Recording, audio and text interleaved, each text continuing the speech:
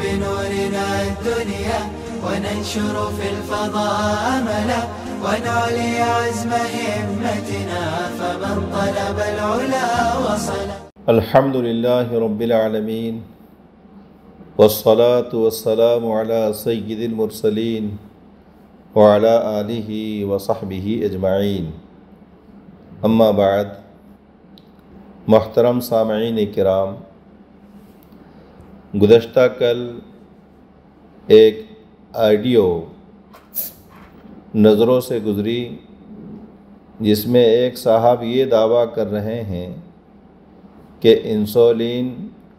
جو شوگر کے مریض استعمال کرتے ہیں اس میں خنزیری اجزاء شامل ہیں اور اس کا استعمال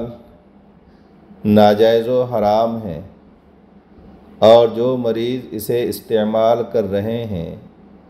وہ اپنے جسم میں حرام اجزاء داخل کر رہے ہیں، تو ان کی عبادتیں اور دعائیں کیوں کر قبول ہوگی؟ اس سلسلے میں 3 باتیں عرض کرنی ہیں. نمبر 1، شریعت اسلامیہ میں حرام چیزوں سے علاج کی ممانعت صاف اور صریح طور پر موجود ہے. آپ صلی اللہ علیہ وسلم کا ارشاد ہے، ان اللہ لم یجعل شفاءکم فیما حرم علیکم، کہ اللہ پاک نے تمہاری شفا ان چیزوں میں نہیں رکھی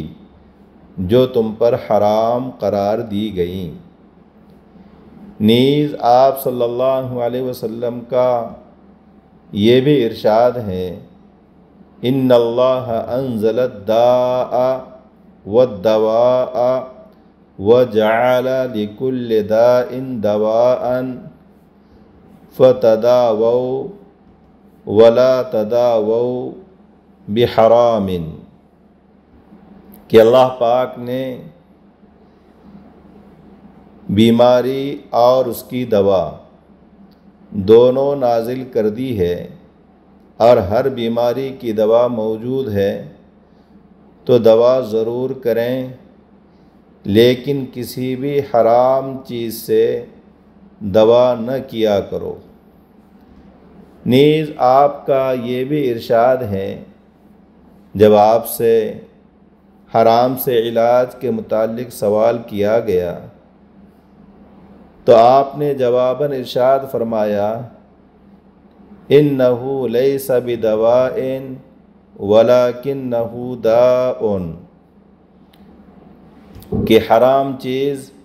دوا نہیں بلکہ وہ تو بیماری ہے. ان تمام روایتوں کی بنیاد پر ہمارے فقہائے کرام نے عام حالات میں تداوی بالمحرم یعنی حرام چیزوں سے علاج و معالجے کو منع فرمایا ہے. دوسری بات یہ عرض کرنی ہے کہ محض اخباری بیان، پرنٹ و سوشل میڈیا کی تحریروں اور آڈیو اور ویڈیو کی بنیاد پر کسی چیز میں خنزیر کے اجزاء کی آمیزش کو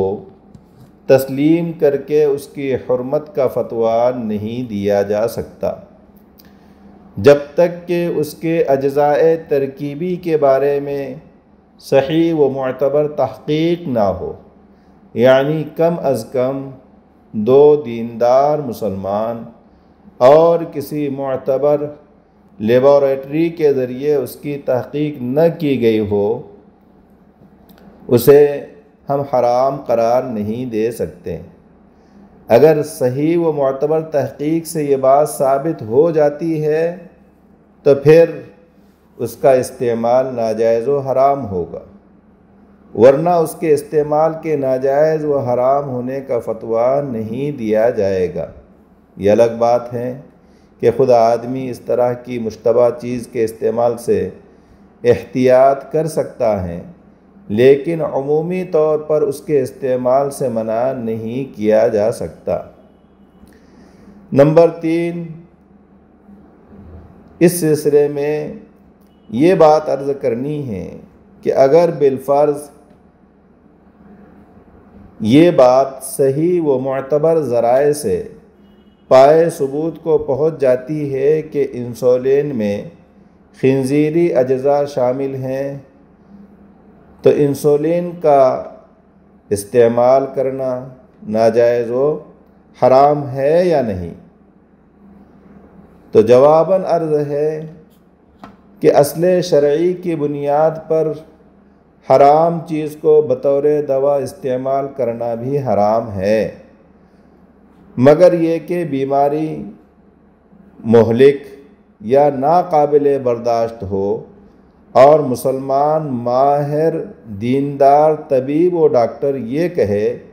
کہ اس بیماری کا علاج کسی بھی حلال چیز سے ممکن نہیں ہے، اور یہ غالب گمان ہو جائے کہ شفا اس حرام چیز کے استعمال میں ہی منحصر ہیں اور کوئی متبادل نہیں ہے، تو مجبوراً بطور دوا و علاج بقدر